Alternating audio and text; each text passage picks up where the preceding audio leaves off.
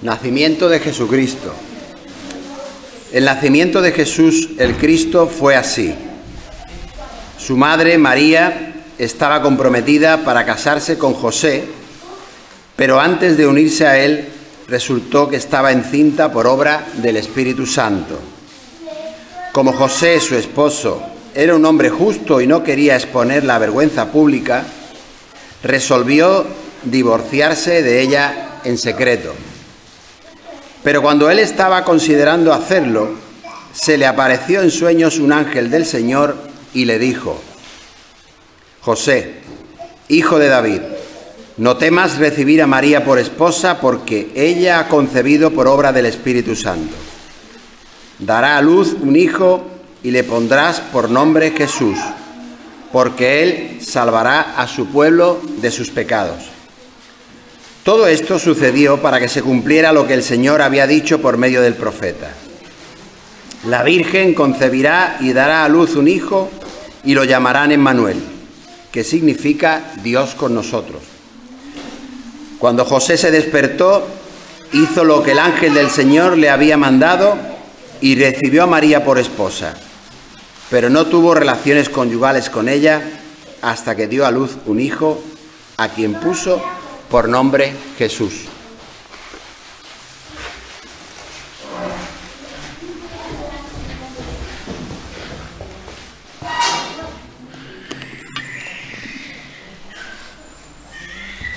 Si comparamos el Evangelio de Lucas con este que hemos leído, que es el de Mateo, vemos que Lucas quiere que nos fijemos en las condiciones humildes del nacimiento de Jesús. Dios se encarna en la realidad humana más baja. Jesús no solo nace en unas condiciones complicadas, sino que lo hace en una familia pobre, lo que se llamaban los Anabim. Y si alguien tiene dudas de esto, me puede preguntar luego en el patio. Y aquí el relato de Mateo es distinto. En vez de hablar del portal de Belén, por llamarlo así, Mateo lo que quiere es que nos fijemos en otras circunstancias en las que el Salvador pues viene a nosotros, ¿no?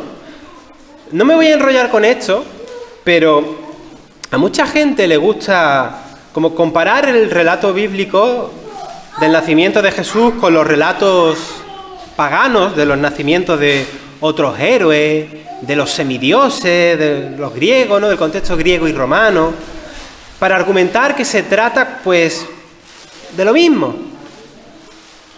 Pero cuando estos relatos se comparan, en realidad, vemos que Mateo lo que trata de decirnos es precisamente lo contrario. De hecho, no me voy a meter en eso ahora porque estamos aquí de fiesta, ¿verdad?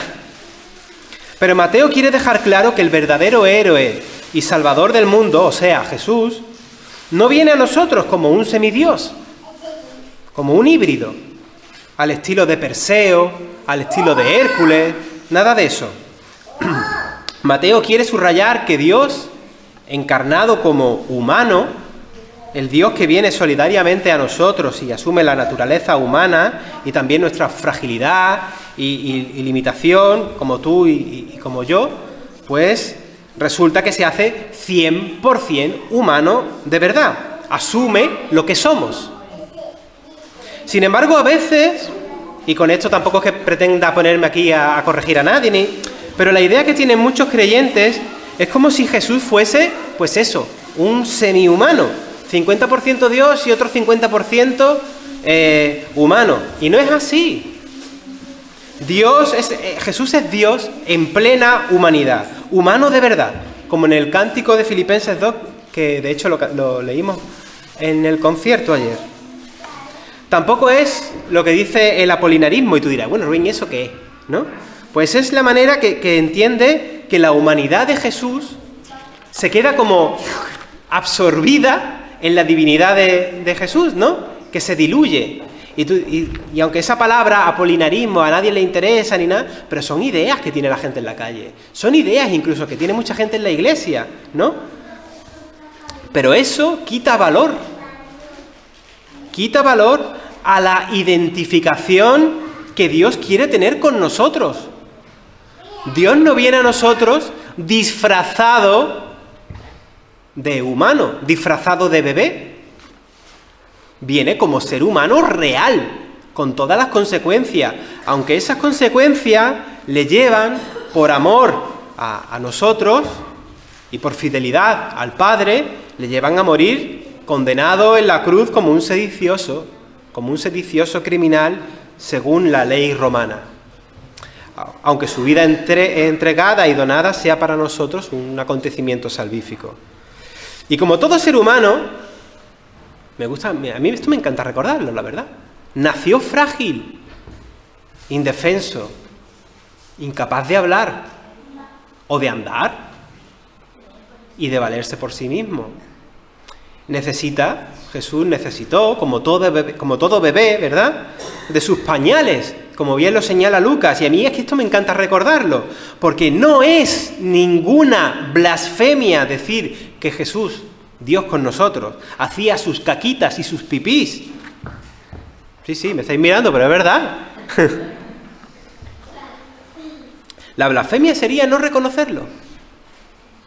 Y él también muchas veces me enrollo con esto, tuvo su proceso de aprendizaje como todos los niños y tal. Es que a veces tenemos unas ideas. Y parecerá esto que estoy diciendo tonterías sin importancia y muy gracioso lo de las caquitas y los pipís, ¿verdad? Pero tiene más valor de lo que parece. Dios, en su amor, viene a ti, viene a mí, como humano real. Esta es nuestra fiesta. Nos ha nacido un Salvador identificado con todo el ser humano, ya sea blanco, negro, asiático, indio, mujer, hombre, homo, hetero, viejo, joven, sano, enfermo, rico, pobre, pum, pum, pum. Todos nos identificamos en Él y Él con nosotros. Nos dice el texto que Jesús es concebido del Espíritu Santo. ¿Verdad? Este texto que hemos leído. El Espíritu Santo en su término hebreo es ruaj, que por cierto es femenino. La ruaj, el Espíritu de Dios, el Espíritu vivificador, que es lo que está detrás de toda cosita que está viva en la naturaleza, detrás de cada florecita, detrás de cada tallito de hierba, cada bichito pequeño. La ruaj, el Espíritu vivificador de Dios, lo está dando vida. Y además, no solo eso, no es solamente el espíritu vivificador que da vida a las criaturas, sino que de Él y por Él, o por ella, si usamos el término hebreo, el mismo Dios viene a nosotros como nacido de mujer. Y esto es muy grande, por eso estamos aquí de fiesta. El Dios del universo, o de todo lo que haya por ahí, multiverso, todo, el Dios trascendente, se ha bajado en este planetita, se ha ridiculizado, se ha humanizado en una hormiguita que es lo que somos nosotros, en una motita de polvo, tomando la identidad de una criatura mortal. Pues lo ha hecho, y es un acto comunicador y redentor grandísimo. ¿Y cómo viene a nosotros? Pues no me canso de decirlo. Viene a nosotros, Dios viene a nosotros traducido al lenguaje humano, hecho humano, plena humanidad, para que podamos comprenderlo. Porque si fuera, ¿cómo se iba a comunicar con nosotros? Viene como Emmanuel, que es Dios con nosotros, y se nos presenta además como el camino de vida que podemos transitar. Un camino que invita a ser conocido, un camino que invita a ser transitado en la compañía amistosa, porque no viene como un enemigo, sino compañía amistosa de quien es Dios con nosotros. Se suele decir que las religiones se dice mucho esto, en las iglesias evangélicas es muy típico, que las religiones son el camino del ser humano para llegar a Dios, mientras que el cristianismo pues es al revés. Dios hace el camino de llegar a nosotros. Viene en nuestra búsqueda. Y lo hace viniendo en nuestra propia realidad. En las mismas condiciones de nuestra existencia. En un trato de tú a tú. un trato humano que puedes entender y además queriendo intimidad y cercanía con cada uno de nosotros. Con detalles que podríamos matizar, y ya sabéis que yo soy de los que matizan, los teólogos medievales, y no solo ellos, pero bueno, los teólogos medievales señalaban que nuestra redención tendría que venir de Dios mismo, pero ocupando el lugar de un humano, porque si no, no habría manera. Y ya digo, hay matices, pero tenían razón, tenían razón. Antes de este texto que hemos leído, que ha leído Fernando, tenemos la genealogía de Jesús en el Evangelio de Mateo. Y yo sé que las genealogías nos resultan muchas veces un tostón, ¿verdad? Las tenemos en la Biblia, la pasamos muy rápido, porque es como una parte ahí aburrida que se nos nubla la vista. Y eso que las que tenemos en Mateo y también en Lucas son genealogías esquemáticas, que salta de periodo en periodo, en realidad. Pero lo menciono porque Mateo presenta esta genealogía de Jesús para que sirva de resumen de la historia del pueblo hebreo y de la revelación de Dios con ellos a lo largo, pues, de su historia, y que se vea con claridad quién es Jesús. Es decir, es que fíjate cómo está hecha esta genealogía. Mateo le está diciendo a sus lectores que si de verdad quieres saber quién es Jesús, quién es este Jesús de cuyo nacimiento estamos celebrando, pues tienes que verle como la finalización de nuestra historia sagrada, como el culmen de la revelación de Dios y como la respuesta definitiva de Dios a sus promesas. Él va a ser quien por fin termine de cumplir la ley, como dice este mismo Evangelio en el capítulo 5, versículo 17. Pero es quien trae el esperado reinado de Dios, nuestra salvación, nuestra liberación. Con la promesa de Emmanuel, de Dios venido a nosotros, se inaugura un tiempo nuevo. Irrumpe un nuevo reino al que se nos invita a participar. Por eso Juan el Bautista nos llamaba a un cambio en nuestras vidas, para recibir, para apuntarnos a ese reino, para recibir ese reino, que no es solo, yo soy muy pesado, no es solo cosa del más allá, sino de vivir su justicia, su gozo y su paz en el aquí y en el ahora. Si queréis un sermón de esto así como muy analítico, muy exegético y tal, lo tenéis de hace un par de años o 3 en el canal de YouTube de la Iglesia, de este mismo texto que hemos leído. Pero hoy me interesa esta dimensión de encuentro, que es lo que estamos tocando. Dice el versículo 21 que este bebé Jesús salvará a su pueblo de sus pecados. No en vano dice Juan el Bautista que Jesús es precisamente el Cordero de Dios que quita el pecado del mundo. No un cordero que ponen los hombres como propiciación de sus pecados. Es que este viene de Dios. Este viene de Dios hacia los hombres y que definitivamente nos libera de los condicionantes de nuestra existencia de pecado. Así que la pregunta de la Navidad sigue siendo la misma. ¿Quién es Jesús para ti? ¿Quién es este bebé que nace para ti? ¿Qué tipo de relación tienes tú con la palabra de Dios que ha sido hecha ser humano, que se nos presenta encarnada? Aunque tu corazón pecador sea, utilizando la metáfora de antes, sea un pesebre a lo mejor medio roto, ¿no? Con heridas y con sus dudas, con sus moscas alrededor como todo pesebre. La cosa es, ¿has permitido que Dios, hecho carne, se acune ahí, en ese corazón tuyo, o eres indiferente? ¿Te has atrevido a seguir su estrella como los magos de Oriente? ¿O crees que no merece la pena salir de tu comodidad?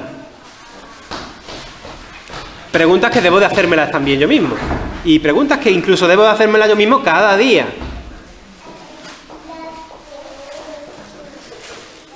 Dice Dios por medio del profeta Isaías que la palabra de Dios no vuelve de vacía.